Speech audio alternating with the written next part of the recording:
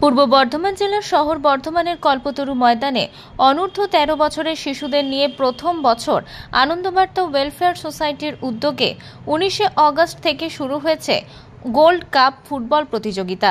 রবিবার তৃতীয় খেলায় অংশগ্রহণ করে মোহনবাগান কোচিং ক্যাম্প ও কল্পতরু কোচিং ক্যাম্প। খেলায় ৫-০ গোলে জয়লাভ করে Mohun Bagan coaching camp. Man of the match হন রাজকুমার দাস। ৭ নম্বর জার্সি পরে তার হাতে ম্যান অফ দ্য ম্যাচ তুলে দিচ্ছে আমাদের বিশিষ্ট সমাজসেবী সঞ্জীব পাল এবং মোহনবাগানের কোচ কমল রয়েছে, দুজন মিলে পুরস্কার তুলে দিচ্ছে।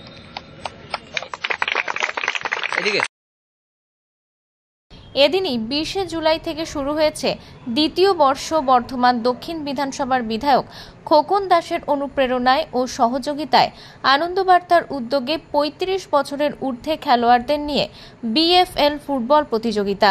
রবিবার নবম খেলায় মুখোমুখি হয় Sarada jewellers old is gold এবং দাস গ্রুপ।